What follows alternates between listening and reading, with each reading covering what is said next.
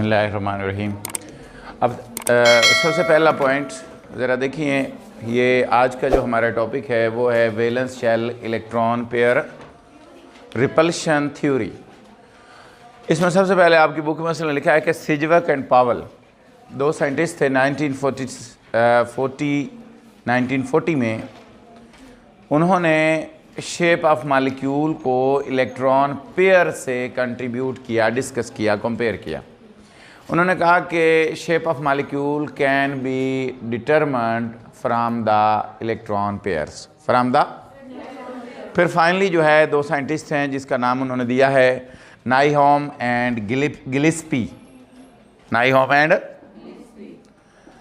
नाइलहोम and Gillespie जो है इन्होंने वेस्पर थ्योरी को पेश किया, जिसके अंदर याद रख लें we discuss the shape of molecules in this theory. ये जो थ्योरी है इसके अंदर हम क्या डिस्कस करेंगे? Shape of molecules.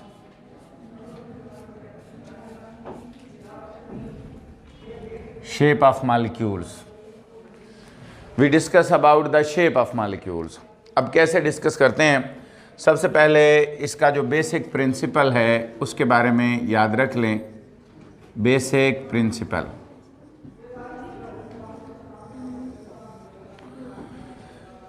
Basic principle क्या है कि मॉलिक्यूल जो है उसके अंदर आप याद रख लें, जब हम इलेक्ट्रॉन पेयर की बात करते हैं तो उसके गिर्द लोन पेयर भी होते हैं और बॉन्ड पेयर्स भी होते हैं। क्या होते हैं?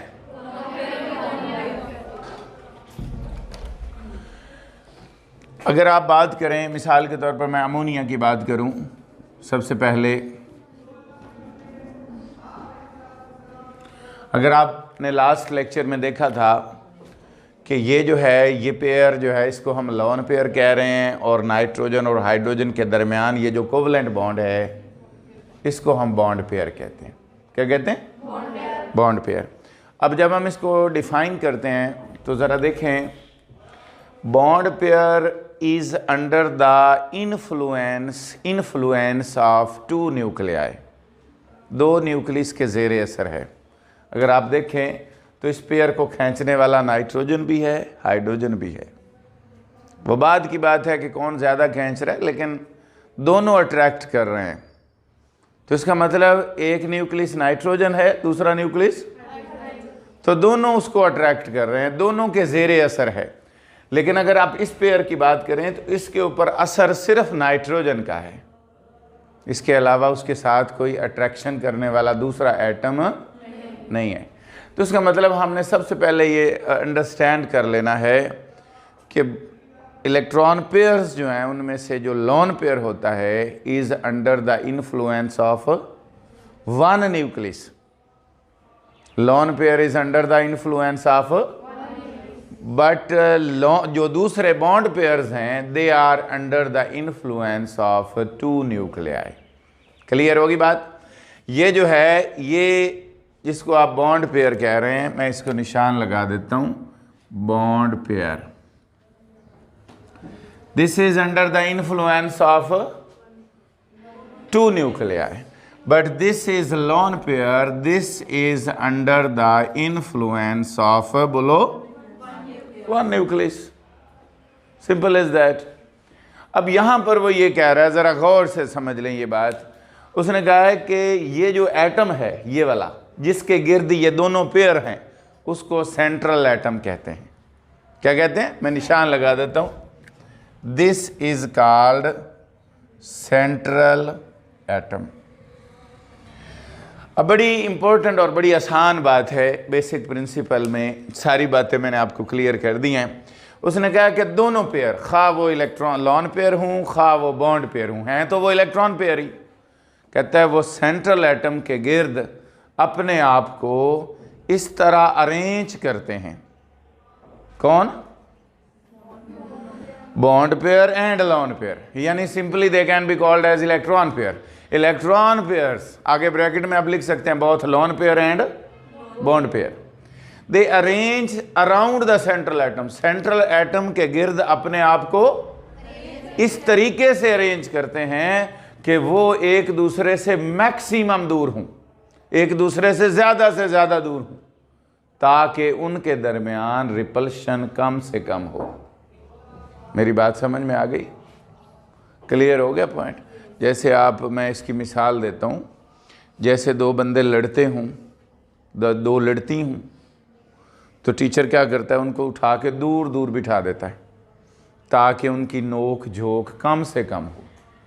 ऐसे ही वो दूर दूर चले जाएं ताकि उनके दरमियान रिपल्शन कम से कम हो।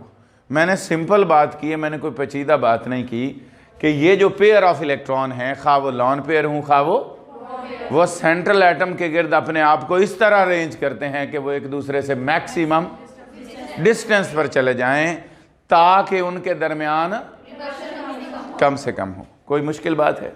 समझ आ गई कि electron pairs around the central atom, electron pairs around the arrange themselves in such a way that they would be maximum apart from each other, एक दूसरे से वो दूर से दूर चले जाएं, so that they would have minimum repulsions, उनके दरमियान जो रिपल्शंस हैं वो कम से कम होंगी। ये बेसिक प्रिंसिपल भी समझ लें, और उसके बाद फिर हम अगली जो बात करेंगे वो हम करेंगे पास्चुलेट्स।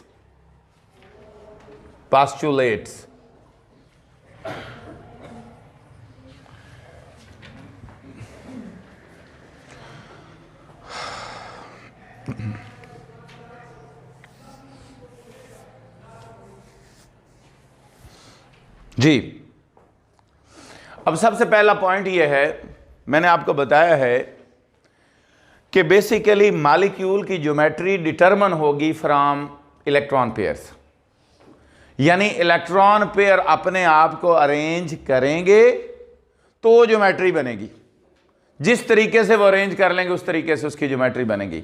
यानी यूं समझ लें कि लॉन पेयर हो या बॉन्ड पेयर हो, दोनों मॉलिक्यूल की ज्योमेट्री को एक्सप्लेन करने में पार्टिसिपेट करेंगे। मेरी बात समझ में आ गई? तो पहला इसका पॉइंट ये है कि इलेक्ट्रॉन पेयर कौन कौन से, लॉन पेयर एंड पार्टिसिपेट। अब यहां पर आप लिख भी सकते हैं कि both lone pair and bond pair participate in determining the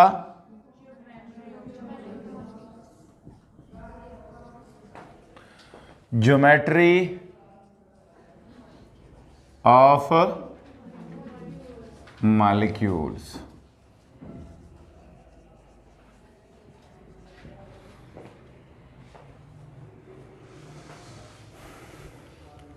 हाँ जी, बोथ लॉन पेयर एंड दोनों पार्टिसिपेट, हिस्सा लेते हैं in determining the geometry of the molecules, यानी मॉलिक्यूल की जो ज्योमेट्री है, जो शेप है, उसके अंदर दोनों हिस्सा ले रहे हैं, लॉन पेयर भी और बॉन्ड पेयर भी। और मैंने अगला जो पॉइंट है वो आपको पहले ही बता दिया है, वो समझ लो उसका प्रिंसिपल भी वही है कि ये जो दोनों लॉन पेयर और बॉन्ड पेयर हैं, ये अपने आप को सेंट्रल एटम के गिर्द इस तरीके से अरेंज करेंगे, इस कि they would be maximum apart, वो एक दूसरे से ज़्यादा दूर चले जाएं ताकि उनके दरमियान रिपल्शन कम से कम हो। क्लियर? तीसरा जो पॉइंट है वो ज़रा सुन लें। एक आपके पास लॉन पेयर है और दूसरा कौन सा है बोलिए? Bond pair. अब ज़रा देखें, वो ये कहना चाह रहा है कि लॉन पेयर जो है उसको खींचने वाला, उसको अट्रैक्ट करने वाला एक न्यूक्लियस है, लेकिन बॉन्ड पेयर को खींचने वाले दो न्यूक्लियाई हैं। न्यूक्लियस की जमा होता है न्यूक्लियाई। अब यहां पर वो ये कह रहा है कि चूंकि इसको खींचने वाला एक न्यूक्लियस है, ये एक न्यूक्लियस के अंडर है, ये एक न्यूक्लियस के ज़ेरे असर है, इसलिए ये ज़्यादा स्पेस को ऑक्यूपाई करेगा। फ्री है ना? इसको देखें, एक चीज़ को दो पकड़ रहे हैं, एक को एक पकड़ रहा है। जिसको दो पकड़ रहे हैं इसका मतलब वो ज़्यादा टाइट है, वो ज़्यादा श्रिंक्ड है, लेकिन दूसरा जो है जिसको एक अट्रैक्ट कर रहा है वो फ्री है।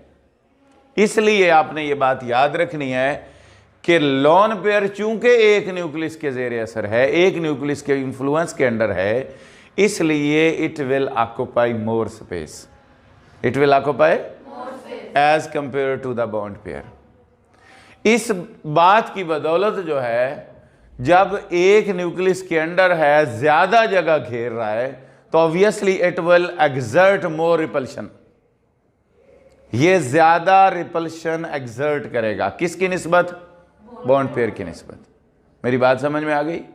लोन पेयर क्या करेगा बोलो? ज्यादा रिपल्शन एक्सर्ट करेगा, ज्यादा रिपल्शन एक्सर्ट करेगा। इसका मतलब लोन पेयर की रिपल्शन ज्यादा होगी। अब जाहिर बात है रिपल्शन सबसे ज्यादा, अगर हम इसका ऑर्डर बनाएं तो लोन पेयर जो रिपल्शन है वो सबसे ज्यादा होगी, उसके बाद लोन पेयर और बॉन्ड पेयर, और सबसे जो कम रिपल्शन होगी वो बॉन्ड पेयर के साथ होगी। ये पॉइंट क्लियर हो गया? हाँ जी, समझ आ गई? सिंपल देखें ना, मैंने आपको बताया कि लोन पेयर जो है वो फ्री है, आज़ाद है। इसका मतलब ये ज़्यादा रिपल्शन एक्सर्ट करेगा। किसके साथ? दूसरे लोन पेयर के साथ। तो सबसे ज़्यादा रिपल्शन होगी लोन पेयर के साथ, उसके बाद लोन पेयर की, और सबसे कम जो रिपल्शन होगी वो, मसलन यूँ समझ ले, मैं आपको एग्जाम्पल दे देता हूँ। आपके सामने एग्जाम्पल तो मैं लिख कर समझा रहा हूँ, एग्जाम्पल से हमने स्टार्ट किया।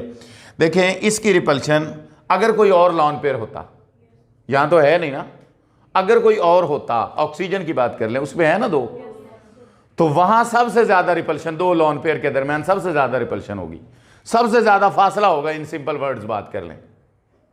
उसके बाद इसका और इसका ज्यादा फासला होगा, और ये जो दोनों पेयर हैं ये एक दूसरे से इन दोनों की निस्बत करीब होंगे।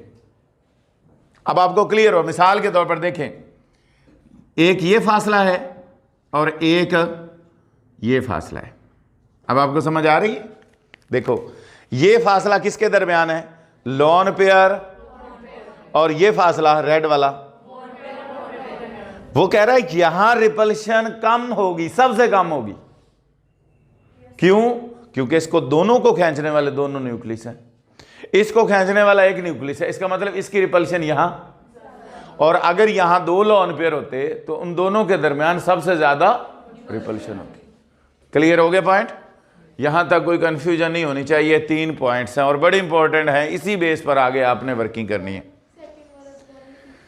सेकंड वाला तो सिंपल है ना कि ये इलेक्ट्रॉन पेयर हैं, इन्होंने अपने आप को अरेंज करना है सेंट्रल एटम के गिर्द। इस तरीके से अरेंज करना है कि वो एक दूसरे से ज़्यादा दूर चले जाएं और उनके दरमियान रिपल्शन कम से कम हो।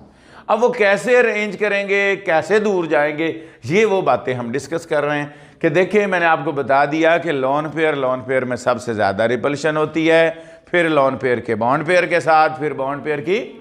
तो इसी तरीके से आप इन बातों को जहन में रखेंगे और उसको अरेंज कर देंगे। अब यहाँ पर जो चौथा पॉइंट है वो ये है, अगर आप देखें जहन में, आपके कन्फ्यूजन मतलब बिल्कुल नहीं आनी चाहिए। ये कार्बन कार्बन ट्रिपल बॉन्ड है, और ये कार्बन कार्बन डबल बॉन्ड है, और ये कार्बन सिंगल बॉन्ड है। अब वो यहाँ बताना ये चाह रहा है कि इस ट्रिपल बॉन्ड के अंदर 3 पेयर ऑफ इलेक्ट्रॉन्स हैं। नजर आ रहे हैं? 6 इलेक्ट्रॉन है ना यहाँ पर। देखें 1 2 3 बॉन्ड है, एक बॉन्ड 2 इलेक्ट्रॉन का बनता है। इसका मतलब एक बॉन्ड को आप एक इलेक्ट्रॉन पेयर कह सकते हैं, लेकिन कहेंगे बॉन्ड पेयर के लॉन पेयर? बॉन्ड पेयर, इसको बॉन्ड पेयर कहेंगे।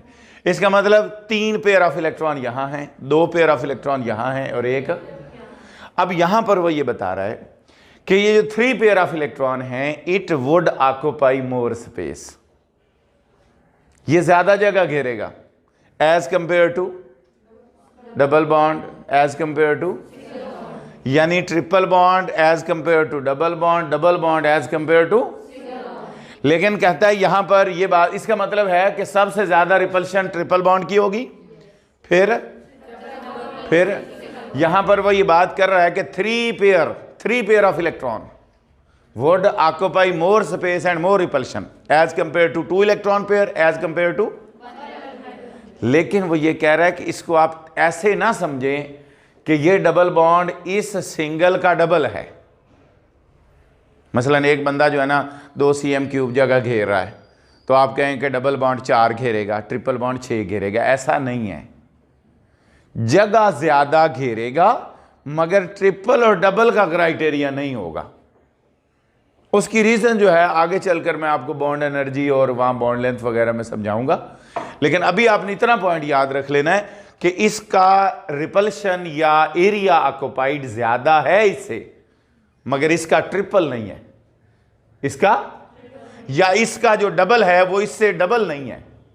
मोर स्पेस को ऑक्युपाई कर रहा है मगर डबल या ट्रिपल का क्राइटेरिया नहीं कर रहा।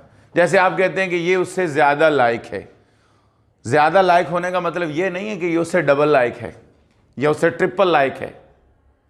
ज्यादा लाइक है, ये यहां पर यही बात कर रहे हैं कि इसका एरिया इससे ज्यादा है मगर इसका डबल नहीं है। इसका और इसका, इसकी अगर बात करें इससे, तो इसका एरिया इन दोनों से ज्यादा है मगर इसका ट्रिपल नहीं है। क्लियर हो गया पॉइंट? इनको आप जरा एक नजर रीड कर लीजिए।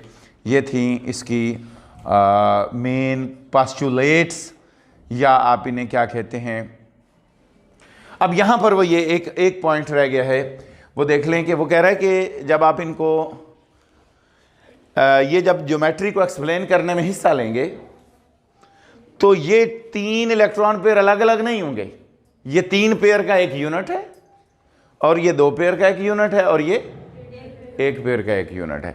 यानी they will behave a single unit to explain the geometry of the molecule. Clear? अलग अलग से ये कंसीडर नहीं होंगे।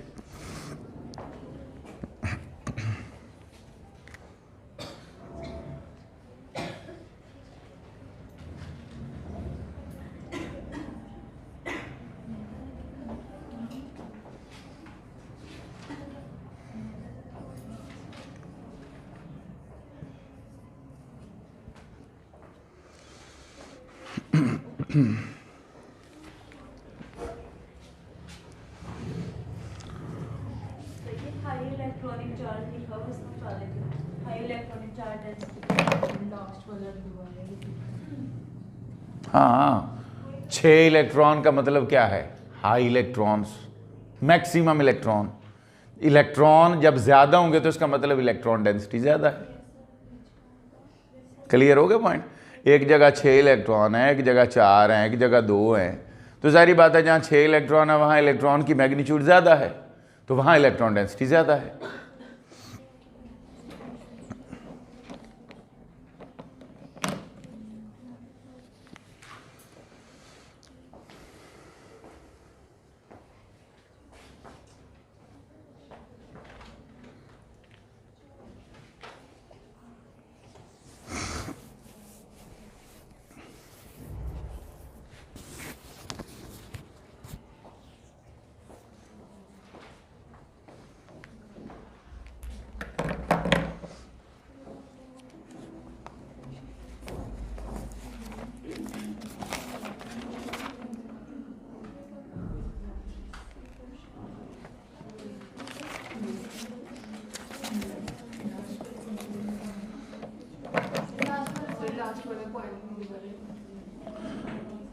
मैंने आपको बताया है, उसमें सिंपल बात है, कोई मुश्किल नहीं है। मैंने आपको बताया कि ट्रिपल बॉन्ड का मतलब है 6 इलेक्ट्रॉन, डबल बॉन्ड का मतलब 4 और सिंगल बॉन्ड का मतलब 2 इलेक्ट्रॉन।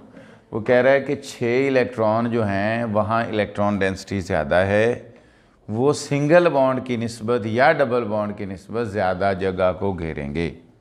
सारी बात है, जहाँ इलेक्ट्रॉन ज़्यादा हैं जगह भी ज़्यादा ही घेरेंगे। और वो मैंने जो आखिरी जो पॉइंट है वो ये बताया है कि ये जो तीनों मतलब पेयर ऑफ इलेक्ट्रॉन हैं या 2 पेयर हैं, ये बेसिकली तो 2 पेयर है ना अगर आप देखें तो, लेकिन जब ये मॉलिक्यूल की ज्योमेट्री में हिस्सा लेंगे तो ये एक यूनिट बन के हिस्सा लेंगे। स्पेस तो उतनी घेरेंगे ना, स्पेस तो जाहिर बात है 4 की घेरेंगे, उसके हिसाब से स्पेस की तो बात हो गई ना। लेकिन जब मिसाल के तौर पर एक बंदा है, जैसे आप एक दो चीज़ों को मिलाकर बयान कर रहे हैं, वो जगह तो जाहिर बात है दो वाली घेरेंगे, एक वाली तो नहीं घेर सकते, लेकिन वो एक यूनिट बन के एक्सप्लेन। आगे जो मेन पॉइंट्स हैं वो समझने वाले। पहला है AB2 टाइप। क्या है? AB2 type. AB2 टाइप के अंदर आपने क्या बात याद रखनी है, मैंने साथ लिखा है all are bond pairs. All are, मसलन इसमें कोई लॉन पेयर नहीं है, कोई भी। ये जो A मैंने लिखा है ये सेंट्रल एटम है, और B जो है उसके गिर्द नंबर ऑफ पेयर्स हैं। क्या है? तो मैंने क्या लिखा है, इसके अंदर दो पेयर हैं। क्या है? अब आप इसकी पॉसिबल मैक्सिमम पॉसिबल शक्लें बनाएं ज़रा। देखें, ये B है, ये B है। अब एक ये वाली बना लें, और एक जो है वो ये वाली बना लें। इसके अलावा तो कोई नहीं बनती। अगर आप पॉसिबल शेप्स बनाएं इसकी, तो मैंने आपको शर्त बता दी है जो आपके जहन में ऑलरेडी है कि ये भी यानी ये वाला पेयर, ये वाला पेयर एक दूसरे से क्या होने चाहिए? मैक्सिमम अपार्ट, एक दूसरे से ज़्यादा दूर होने चाहिए। इसमें तीसरा तो कोई है नहीं, दो टोटल दो ही हैं। इसका मतलब इनकी मैक्सिमम पॉसिबल शेप यही बनती है कि ये बनती है। सबसे ज़्यादा दूर कहाँ पर हैं? कौन से मॉलिक्यूल में, कौन सी शेप में? फर्स्ट वाली में। इसका मतलब रिकमेंडेड शेप इसकी ये होगी। इसके अलावा कोई और रिकमेंडेड शेप जितनी भी मैंने नीचे बना ली है, या कोई और भी दो चार पॉसिबल बना ले, वो नहीं बन सकती, क्योंकि इसमें भी देखें इन दोनों के दरमियान फासला कम है इसकी निस्बत, यहां पर भी कम है। इसका मतलब बेस्ट शेप जो है AB2 टाइप जो है वो फर्स्ट वन वाली है, और यही इसी को हम कहते हैं कि AB2 टाइप जब दोनों लॉन पेयर होंगे, सॉरी दोनों बॉन्ड पेयर्स होंगे, दोनों, तो उनके दरमियान जो है 180 का एंगल होगा। कितना होगा? और इस ज्योमेट्री को हम लीनियर कहते हैं। क्या कहते हैं? लीनियर कहते हैं। ज्योमेट्री को क्या कहते हैं बोलिए? लीनियर। अब ये बात आपने याद रखनी है कि अगर कोई भी मॉलिक्यूल हो जो AB2 टाइप को फॉलो कर रहा हो, किसको फॉलो कर रहा हो, और उसकी AB2 टाइप के अंदर ज्योमेट्री का नाम लीनियर होगा। क्या नाम होगा? और बॉन्ड एंगल जो है वो 180 डिग्री का होगा। बॉन्ड एंगल कितना होगा? अब आप ज़रा इसको मिसाल के तौर पर मैं आपके सामने एक मॉलिक्यूल लिखता हूँ MgCl2, मैग्नीशियम क्लोराइड। अब आपको ये देखकर नहीं पता चल सकता 1700 मॉलिक्यूल सिमिलर हैं, आप कहें कि जिसके साथ दो लगा हो वो AB2 टाइप, ऐसा नहीं है। सबसे पहले हम उसकी कॉन्फ़िगरेशन लिखेंगे, फिर हमें पता चलेगा कि वो AB2 टाइप है या नहीं है। मिसाल के तौर पर मैं आपके सामने एक और मॉलिक्यूल भी लिखता हूँ SnCl2। अब अगर आप देखें तो दोनों में क्या फ़र्क है? ज़ाहिरी तौर पे कोई फ़र्क नज़र आ रहा है? एक जैसे ही लग रहे हैं, लेकिन इन दोनों मॉलिक्यूल की ज्योमेट्रीज डिफरेंट हैं, सेम नहीं है। अब हमें ये पता करना पड़ेगा कि कौन सा मॉलिक्यूल AB2 टाइप है। अब सबसे पहले आपने मैग्नीशियम की कॉन्फ़िगरेशन लिखी, जो कि आपको आनी चाहिए। अगर नहीं आती तो आप नहीं चल सकते। 12 1s2 2s2 2p6 और 3s, ऐसे ही है। क्लियर होगी बात? अब देखें, अगर आप गौर करें तो इसका जो वैलेंस शेल है वो कौन सा है? 3s। वैलेंस शेल को बाहर निकाल लें। 3s के अंदर आपने पढ़ा है कि पेयर्ड जो ऑर्बिटल है वो बॉन्ड नहीं बना सकता, कि बना सकता है? इसके अंदर तो दोनों इलेक्ट्रॉन है, यानी कि s जो है कंप्लीटली फिल्ड है, और कंप्लीटली फिल्ड बॉन्ड। लेकिन अगर आप मॉलिक्यूल को देखें तो उसमें दो बॉन्ड बने हुए नजर आ रहे हैं। मॉलिक्यूल में देखें तो दो बॉन्ड। ऐसे केस में आप इलेक्ट्रॉन को एक्साइट करवाएंगे। क्या करवाएंगे? कहां लेकर जाएंगे? इससे जो अगला ऑर्बिटल है, और इससे अगला कौन सा है? 3p। एक इलेक्ट्रॉन वो खाली था, इधर से इलेक्ट्रॉन निकलकर उसमें चला जाएगा 3s1 और 3px1। ये पॉइंट समझ में आया? याद रख लें, एक्साइट उस वक्त कराएंगे जब इधर इलेक्ट्रॉन उस मॉलिक्यूल के हिसाब से पूरे नहीं हो रहे। उस मॉलिक्यूल के हिसाब से इलेक्ट्रॉन पूरे, देखें, पूरे नहीं हो रहे। वो कह रहा है कि मैग्नीशियम 2 बॉन्ड बना रहा है, इधर कह रहा है कोई भी बॉन्ड नहीं बन रहा। इसका मतलब मॉलिक्यूल को कंपेयर करेंगे आप कॉन्फ़िगरेशन से, अगर नंबर ऑफ बॉन्ड पूरे नहीं हो रहे तो आप इलेक्ट्रॉन को एक्साइट करा के अगले नेक्स्ट नियरेस्ट ऑर्बिटल में ले जाएंगे। मेरी बात समझ में आ गई? जब अगले में ले जाएंगे तो इसका मतलब आप देखें कितने कितने इलेक्ट्रॉन हो गए, एक एस में और एक। इसके अलावा आपको कहीं कोई इलेक्ट्रॉन नजर आ रहा है? इसका मतलब एक इलेक्ट्रॉन ये हो गया, एक इलेक्ट्रॉन ये हो गया। इसका मतलब this is called AB2 type. इसके अलावा कोई और इलेक्ट्रॉन नहीं है। इसका मतलब है ये क्या है बोलो? AB2 टाइप है। अब आपने सिंपल जो है मैग्नीशियम को सेंटर में लिख देना है और इसके गिर्द 2, और ज्योमेट्री क्या होगी बोलो? और ज्योमेट्री का नाम क्या होगा? बॉन्ड एंगल 180 और ज्योमेट्री लीनियर। अब जरा आप टिन की भी एग्जांपल देख लें ताकि आपको कंपैरिजन हो जाए। टिन का एटॉमिक नंबर होता है 50, ताकि आपका बिल्कुल क्लियर हो जाए कॉन्सेप्ट के ये कैसे है। जरा गौर से देखें, SS और देखें 2 4 10 12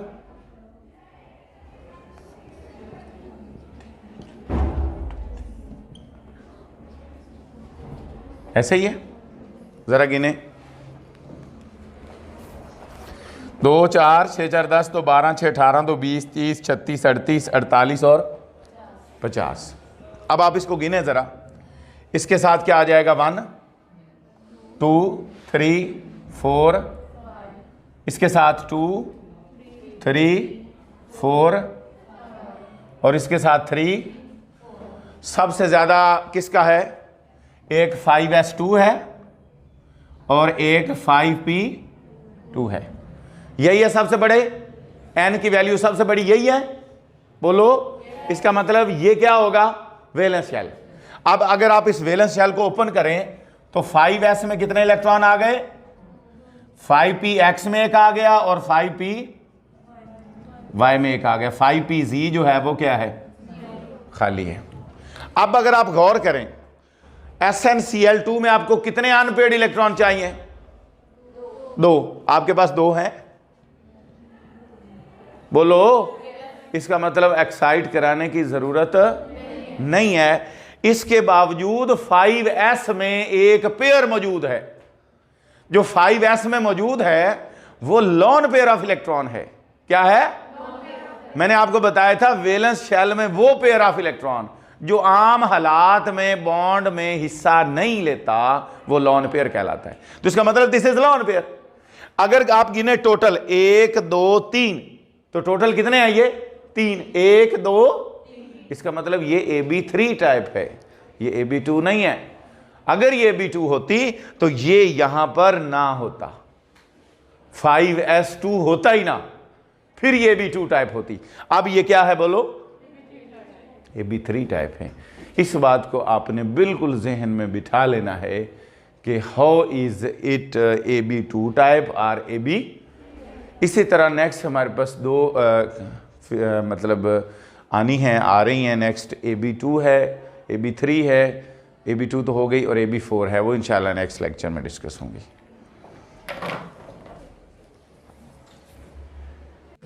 पहले आप लोगों ने कौन सी टाइप पढ़ ली है? AB।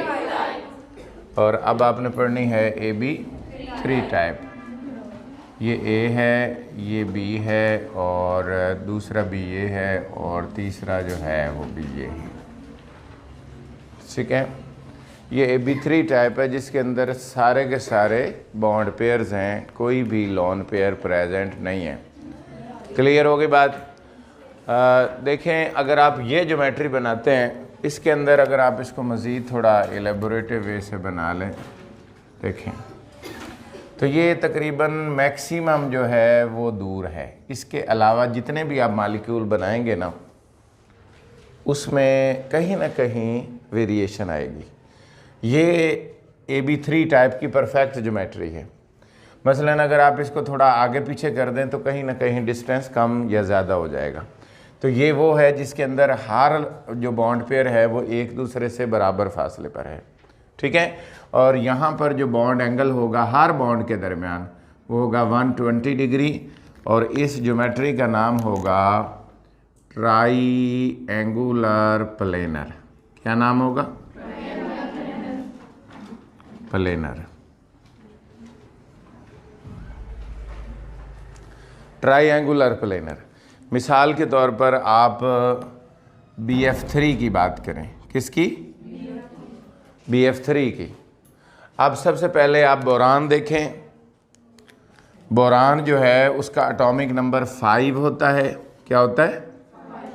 उसकी कॉन्फ़िगरेशन बनेगी 1s2 और 2px और 2py जो है उसमें, और 2pz जो है उसमें भी ये कॉन्फ़िगरेशन बनेगी।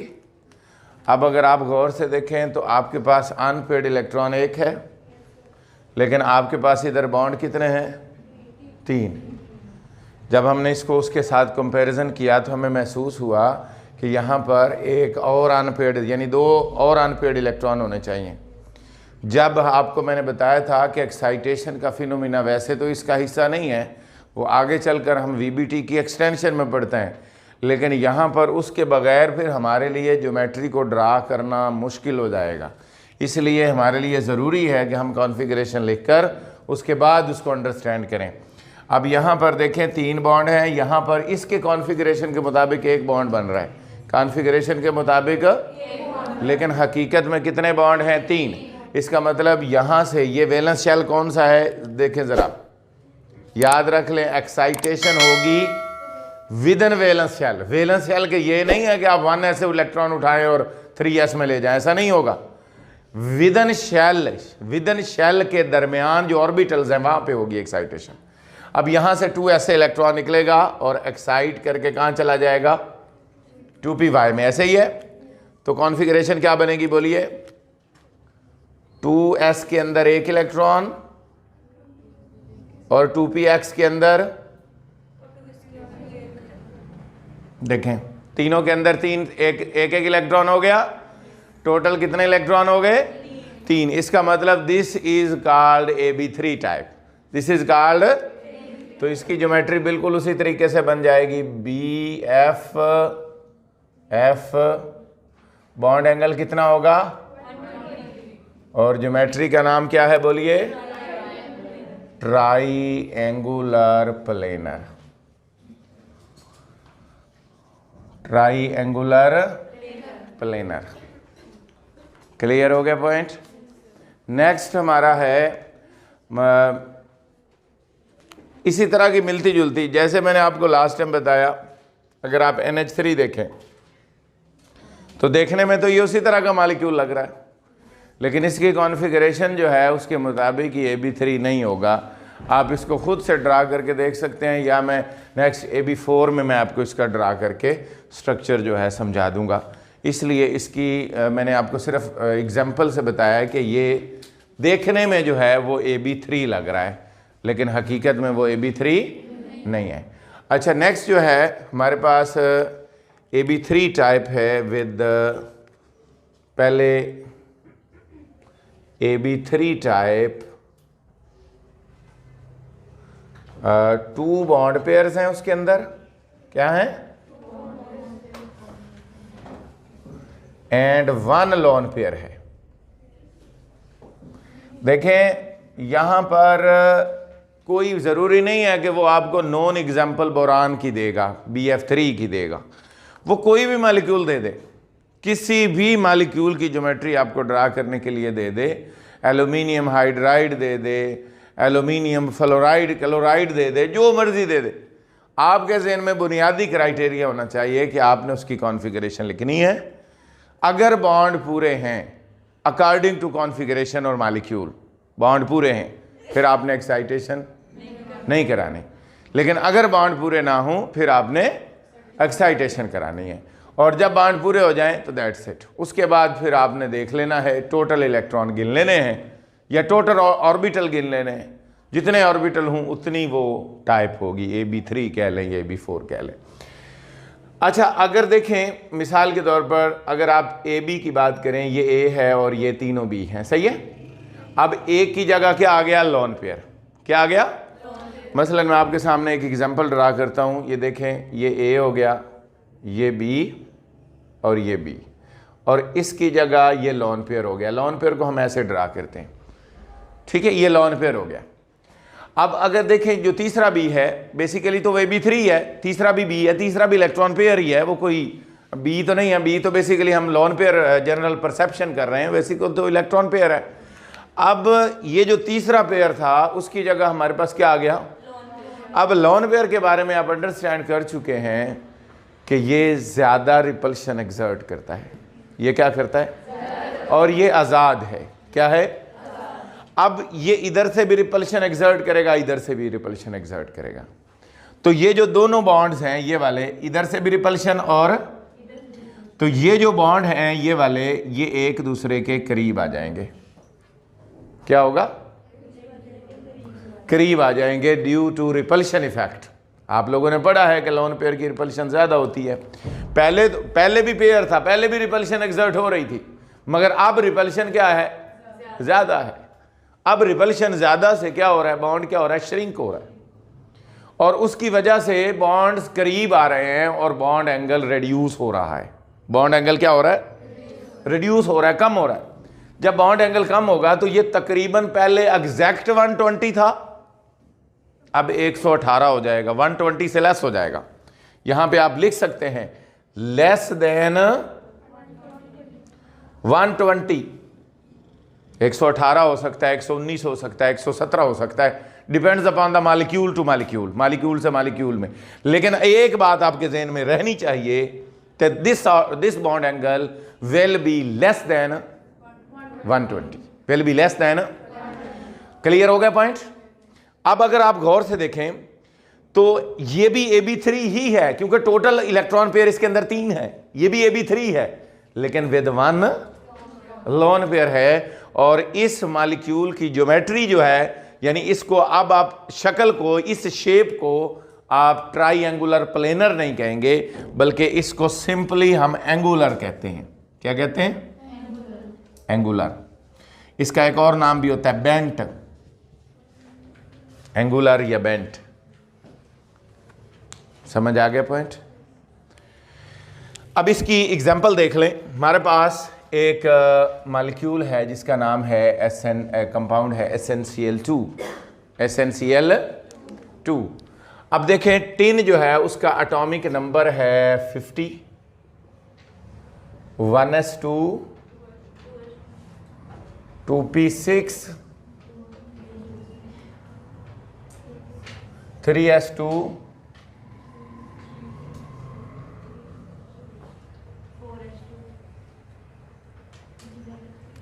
4s2, 3d, 10, 4p6, 5s2 और 4d10 और 5p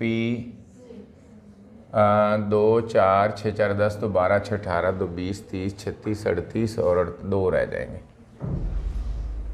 ओके होगी बात? ये कॉन्फ़िगरेशन आ जाएगी। ये तो ड्रा करनी आपको आती है। इसका मतलब ये हुआ कि अब आप वैलेंस शेल को आइडेंटिफाई करें, कौन कौन सा है, और 5p2।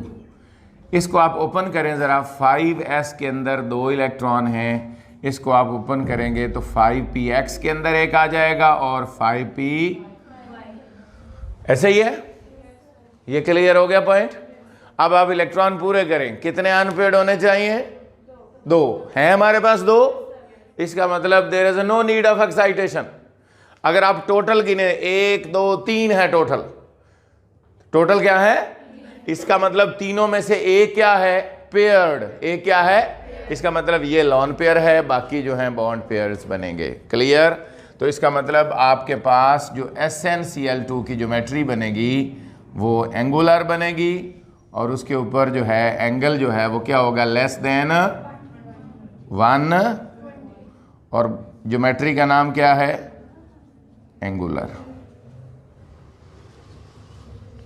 हाँ जी, यहाँ तक क्लियर, कोई कंफ्यूजन?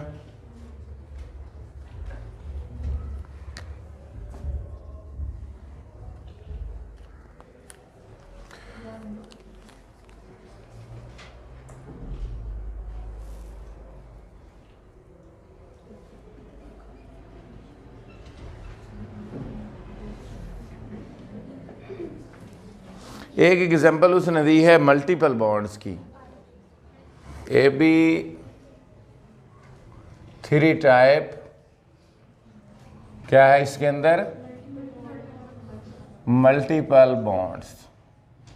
सही कॉन्सेप्ट तो आपको आगे चलकर VBT के बाद और VBT में समझ आएगा कि मल्टीपल बॉन्ड से क्या मुराद है, लेकिन आप डबल बॉन्ड की सेंस में समझ लें, डबल बॉन्ड, ट्रिपल बॉन्ड, यानी एक जो सिंगल बॉन्ड होता है ना उसको हम सिग्मा बॉन्ड कहते हैं। आगे चलकर मैं आपको पढ़ाऊंगा नेक्स्ट लेक्चर में, लेकिन अभी आप इतनी बात याद रख लें। यहाँ उसने जस्ट 2 एग्जांपल्स दी हैं।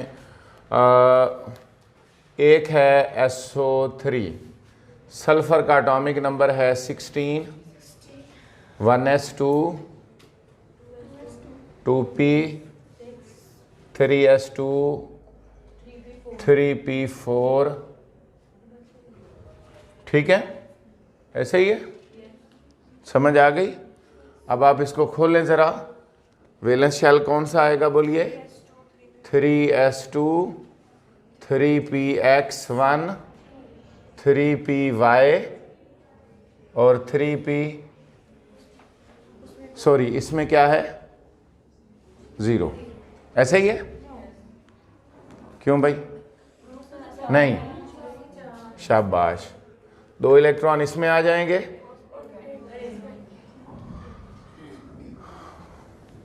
ऐसे ही है। दोबारा समझ लें, आपको पता है 3p में 4 इलेक्ट्रॉन है, तो ये 3s में 2 आ गए, ये 3px में 2 हो जाएंगे और एक एक जो है वो 3py और 3pz में हो जाएगा। तो ये हो गई वैलेंस शेल इलेक्ट्रॉनिक कॉन्फ़िगरेशन, ठीक है। अब जो है, अब आप देखें S है, PS है, इसके बाद फिर कौन सा आएगा बोलो, 4s, ऐसे ही है, बोलो। अगर यहां से एक्साइटेशन होती है तो इलेक्ट्रॉन कहां जाएगा, 4s में। कहां जाएगा, 4s में। समझ आ गई मेरी बात की कि नहीं आई? यहां से इलेक्ट्रॉन 4s में जाएगा, एक्साइटेशन होगी। तो इसके अंदर SO3 जो है, अब मैं आपको सिर्फ थोड़ा समझाना चाहता हूं, अभी detail you will not be able to understand, क्योंकि डिटेल हाइब्रिडाइजेशन और इन चीज़ों के बाद सही समझ आएगी।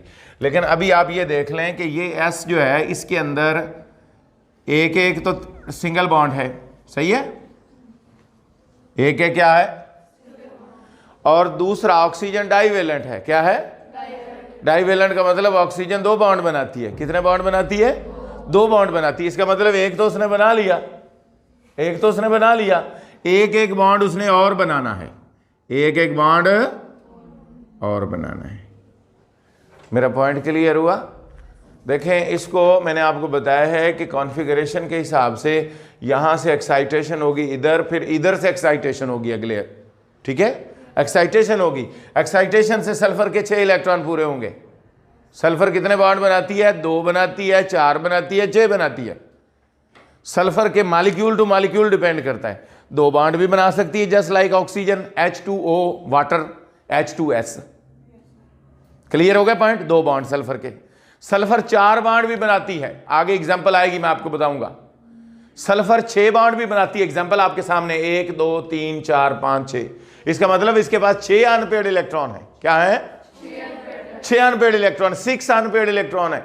और वो एग्जांपल आपके सामने, अनपेयर्ड इलेक्ट्रॉन कैसे बनेंगे, promotion of electron from one orbital to another. एक इलेक्ट्रॉन एक ऑर्बिटल से निकलेगा, नियरेस्ट अगले नियरेस्ट में चला जाएगा। और यहां पर जो है इसकी एक एक सिंगल बॉन्ड सिग्मा है, दूसरा जो बॉन्ड बना है वो पाई बॉन्ड है। आगे चलकर मैं आपको एग्जांपल दूंगा। अब यहां पर जो है बॉन्ड एंगल कितना है बोलो, क्लियर। और इस ज्योमेट्री का नाम क्या है, ट्राईएंगुलर प्लेनर। क्या नाम है, क्लियर। नेक्स्ट देखें, नेक्स्ट है SO2। SO, अब देखें SO2 का मतलब ये दो ऑक्सीजन, एक ऑक्सीजन ये है, एक ऑक्सीजन ये तीसरा यहां से निकल चुका है। और बोलो अगर तीसरा निकल चुका है इसका मतलब S के दो इलेक्ट्रॉन पेयर्ड हो गए, यानी एक इलेक्ट्रॉन और दूसरा इलेक्ट्रॉन दोनों मिलकर एक पेयर बन गया। यानी यूं समझ लें कि यहां पर आपको इसकी तो जरूरत है एक्साइटेशन की, इसकी जरूरत नहीं है। मेरी बात जरा गौर से समझ ले, इसकी देखें, क्योंकि हमने यहां कितने इलेक्ट्रॉन पूरे करने हैं, टोटल 4। SO2 मतलब ऑक्सीजन 2 बॉन्ड बना रही है सल्फर के साथ, एक बॉन्ड 2 इलेक्ट्रॉन का, तो टोटल अनपेयर्ड कितने चाहिए सल्फर को, 4। इसका मतलब यहां 2 तो ऑलरेडी मौजूद हैं, एक यहां से आगे ले जाएंगे तो 4 हो गए। इसका मतलब स्टिल सर्कल वाला क्या है, पेयर्ड। इसका मतलब एक लॉन पेयर मौजूद है। वो जो लॉन पेयर मौजूद है वो कैसी ज्योमेट्री बनेगी देखे, और ये जो है उसी तरह लेस देन 120 डिग्री, और geometry as angular, geometry as angular. Clear, समझ आ गई। आगे है AB4 टाइप।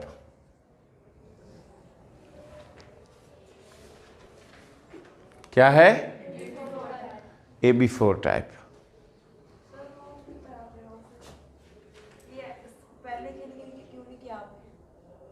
क्या मैंने कहा कि आप you are unable to understand the multiple bond formation, यही कहा। जो मल्टीपल बॉन्ड फॉर्मेशन है जिसमें पाई बॉन्ड आता है वो अभी आप नहीं जानते। मैं I will teach you hybridization, अगले टॉपिक्स हैं, फिर आपको इन चीज़ों का पता चलेगा, ठीक है। हाइब्रिडाइजेशन उसके बाद। अच्छा नेक्स्ट है AB4 टाइप। इसके अंदर पहली कैटेगरी है ऑल आर, बोलो, bond pairs. All are bond pairs, तमाम बॉन्ड पेयर्स हैं। अब जब हम इसको ड्रा करते हैं तो ड्रा तो इस तरीके से कर लेते हैं, 1 2, ये तीसरा थोड़ा बड़ा करके ड्रा करना है, और चौथा ऊपर है।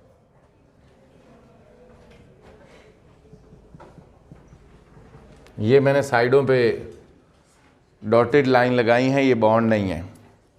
अब मेरे पास, मैं आपको बताता हूँ, ये जो मॉलिक्यूल है ये तो प्लेनर थी, इसलिए आपको इसको फ्लैट किसी भी चीज़ पर आप उसको ड्रा कर सकते हैं, मगर ये जो है ये फ्लैट नहीं है, ये 3D फिगर पे ही सही ड्रा हो सकती है। मसलन देखें, ये 3 बॉन्ड है, आपको मैं बताता हूं। ये देखें, नजर आ रहा है, 3 बॉन्ड एक तरफ है, जैसे अम्ब्रेला नहीं होता, 3 बॉन्ड अम्ब्रेला की तरह है, और चौथा बॉन्ड दूसरी प्लेन में है। क्लियर होगी बात।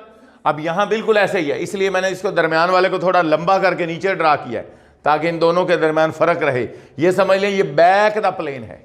क्या है, बैक, पीछे है, व्हाइट बोर्ड के बिहाइंड द प्लेन है।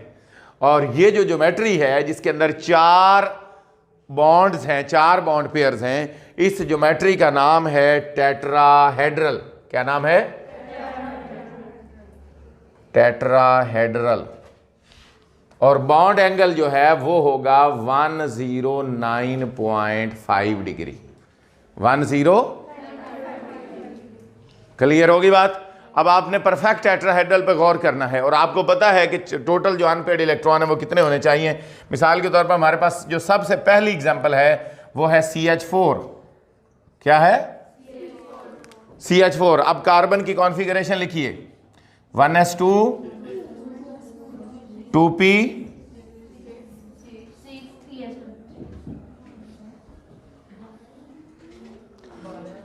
कार्बन के पास टोटल 6 इलेक्ट्रॉन होते हैं। कितने होते हैं, 6 एटॉमिक नंबर है कार्बन का, 12 उसका मास है। इसका मतलब 6 एटॉमिक नंबर है, 2 4 6। वैलेंस शेल हो गया, 2s के अंदर 2 इलेक्ट्रॉन है, 2px के अंदर 1 और 2py के अंदर। अगर आप गौर करें तो मॉलिक्यूल के हिसाब से इलेक्ट्रॉन पूरे नहीं है, इसका मतलब इसके अंदर भी एक्साइटेशन होगी। इलेक्ट्रॉन कहां से निकलेगा? 2s से कहां जाएगा? 2pz में। क्लियर? क्या बनेगा? 2s के अंदर 1 इलेक्ट्रॉन है, 2px के अंदर 1, 2pz के अंदर।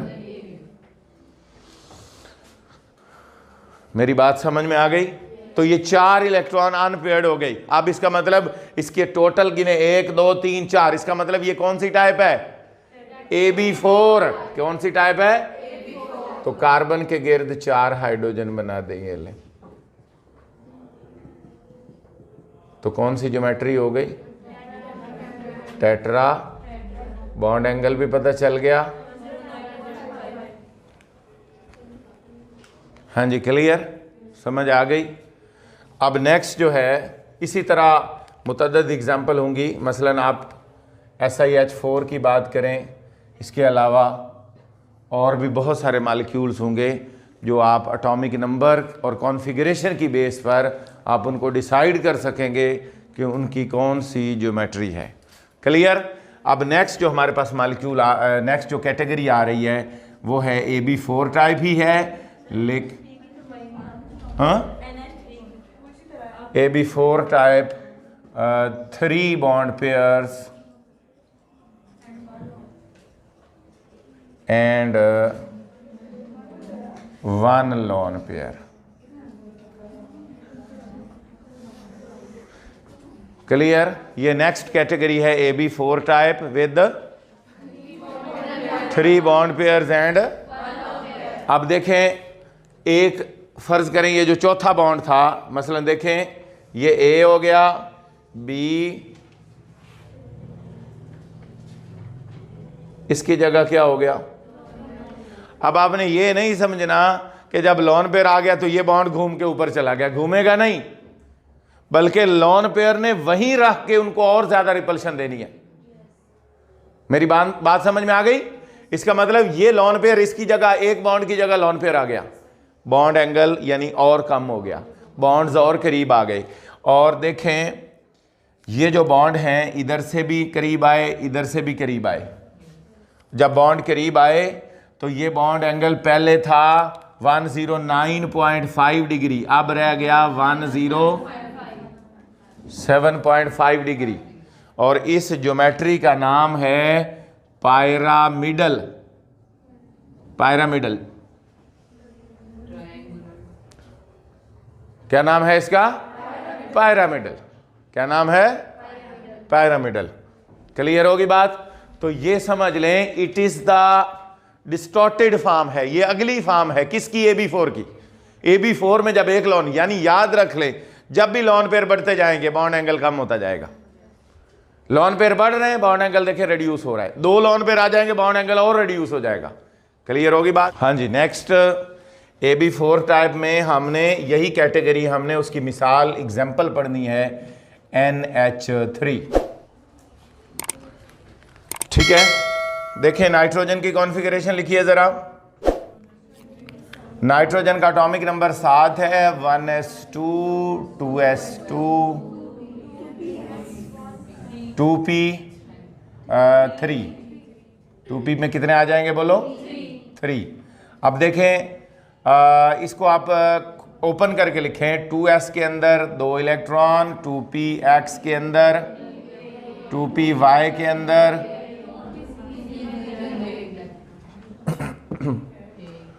तीनों के अंदर 1-1 इलेक्ट्रॉन आ जाएगा। अगर according two molecule you should have 3 unpaired electron, आपके पास 3 अनपेयर्ड इलेक्ट्रॉन होने चाहिए। आपके पास हैं?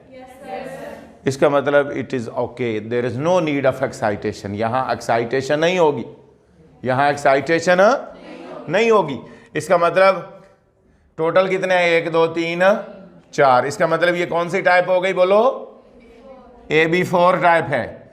और चौथा क्या है बोलो? लोन पेयर है। क्या है? बॉन्ड एंगल कितना होगा बोलो? और ज्योमेट्री का नाम क्या है? पायरामिडल। क्लियर, समझ आ गई। नेक्स्ट इसी से मिलती जुलती एक और एग्जांपल है कि अगर हम if we replace the hydrogen atoms by fluorine तो ये मॉलिक्यूल क्या बन जाएगा, क्या बनेगा बोलो, NF3। मेरी बात समझ में आ गई। अब यहां पर वो कह रहा है क्या इफेक्ट होगा। सबसे पहले आपने बात याद रखनी है कि फ्लोरीन जो है is more electronegative than hydrogen, even more electronegative than nitrogen. Fluorine more electronegative, nitrogen से भी ज्यादा इलेक्ट्रोनेगेटिव। इसका मतलब तमाम इलेक्ट्रॉन पेयर को ये अपनी तरफ जोर से खींचेगा। जब ये जोर से खींचेगा तो इलेक्ट्रॉनिक क्लाउड इसके करीब आ जाएगा। क्या आ जाएगा? जब करीब आएगा तो यहां ज्यादा रिपल्शन क्रिएट होनी शुरू हो जाएगी, क्योंकि इलेक्ट्रॉन जो करीब आ रहे हैं। और बोलो, जब इलेक्ट्रॉन करीब आ रहे हैं तो ज्यादा रिपल्शन एक्सर्ट होगी, और यहां से ज्यादा रिपल्शन के बायस ये ज्यादा करीब आएगा, ज्यादा रिपल्शन एक्सर्ट करेगा, और अल्टीमेटली फिर ये जो बॉन्ड एंगल है और ज्यादा करीब हो जाएंगे। याद रख लें, लॉन पेयर के दरमियान बॉन्ड एंगल नहीं मैयर होना, बॉन्ड एंगल मैयर होना है बिटवीन बॉन्ड्स, बिटवीन बॉन्ड्स। तो इसका मतलब जब ये ज्यादा रिपल्शन एक्सर्ट करेगा तो इधर से भी बॉन्ड एंगल करीब आएगा और इधर से भी। तो ये जो बॉन्ड एंगल है ये 102.5 डिग्री रह जाएगा। ज्योमेट्री वही रहेगी, ज्योमेट्री का नाम पिरामिडल ही है, लेकिन रिपल्शन के बायस बॉन्ड एंगल रिड्यूस हो चुका है। मेरी बात समझ में आ गई। अब यहां पर अगर आप जरा बुक में देखें, उसने एक बात लिखी है, उसने लिखा है कि strong bond polarity of NF pulls the lone pair of N atom closer to its nucleus. मैं आपको यह समझा रहा हूं, बिल्कुल क्लियर उसने बात लिखी है। देखें, ये लोन पेयर उसके नीचे करीब आ जाएगा। और बोलो, जब ये फ्लोरीन के मोर इलेक्ट्रोनेगेटिव होने की वजह से ये लोन पेयर करीब आएगा तो फिर ज्यादा रिपल्शन एक्सर्ट करेगा। क्या करेगा? जब ज्यादा रिपल्शन एक्सर्ट करेगा तो बॉन्ड एंगल करीब हो जाएगा, कम हो जाएगा। मेरी बात, फर्ज करें लोन पेयर यहां था, उसने क्या किया, फ्लोरीन के खिंचाव की वजह से ये नीचे आ गया। जब नीचे आया तो उसने ज्यादा रिपल्शन एक्सर्ट की, तो बॉन्ड एंगल क्या हो गया? रिड्यूस हो गया। क्लियर होगी बात। अब जो आखिरी एग्जांपल इसकी रह गई है वो है AB4 type 2 bond pairs and 2 lone pairs. Clear? देखें,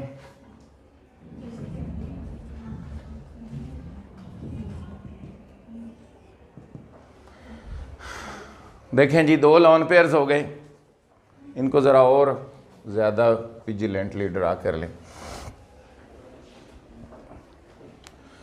ये जो है ना, 2 लोन पेयर की वजह से और ज्यादा रिपल्शन एक्सर्ट हुई। यहां सबसे ज्यादा फासला होगा, यहां उसके बाद कम, और यहां 2 लोन पेयर की वजह से ये भी AB4 है, समझ ले NH3 की अगली शक्ल है, और बॉन्ड एंगल जो है 107 से और रिड्यूस होगा। पहले कितना था? ये तो एक्सेप्शनल केस हो गया ना। हम बात करेंगे AB4 विद 1 लोन पेयर। अगर परफेक्ट AB4 की बात करें तो बॉन्ड एंगल है 104, 109.5 डिग्री। कितना? 109.5। अगर आप AB4 विद 1 लोन पेयर बात करें तो बॉन्ड एंगल हो गया 107, 107.5। अब क्या हो गया? अब उससे भी कम होगा। कितना रह जाएगा? 104.5 डिग्री। 104.5। मेरी बात समझ में आ गई? तो मैं ऑलरेडी आपको बता चुका हूं, आपने बात याद रखनी है कि जैसे जैसे number of lone pairs are going to increase, bond angle is going to reduce. Number of lone pair बढ़ रहे हैं तो बॉन्ड एंगल क्या हो रहा है? रिड्यूस हो रहा है। क्लियर? अब जरा गौर फरमाएं,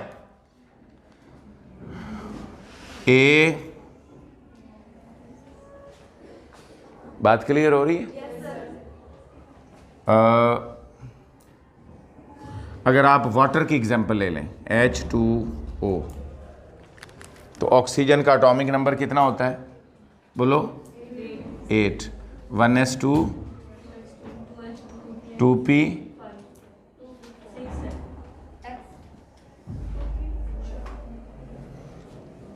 2p4। 2s के अंदर कितने इलेक्ट्रॉन हो गए? 2px के अंदर 2 हो गए, y के अंदर 1 और 2pz के अंदर।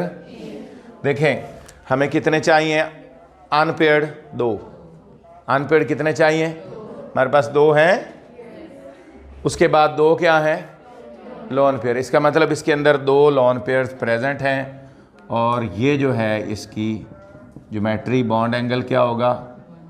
104.5 डिग्री। और यहाँ पर आप 2 लोन पेयर बना दें। क्लियर? अच्छा, यहाँ पर इस ज्योमेट्री का नाम भी एंगुलर है। इस ज्योमेट्री का नाम भी, अब इस एंगुलर और उस एंगुलर में फर्क का पता चल गया। अगर एंगुलर AB3 वाली हो, अगर एंगुलर, तो एंगल बॉन्ड एंगल होगा 118 यानी 120 से लेस, 117 18 इतना होगा। लेकिन अगर AB4 वाली एंगुलर हो तो उसमें बॉन्ड एंगल कितना होगा? 104.5। और इसी तरह H2S की भी एग्जांपल है और इसी तरह और भी 2-4 एग्जांपल्स आपकी बुक में दी हुई हैं, तो आपने उनको अच्छे तरीके से अंडरस्टैंड कर लेना है। तो यहाँ तक हमारी जो है वेस्पर थ्योरी ख़त्म हुई।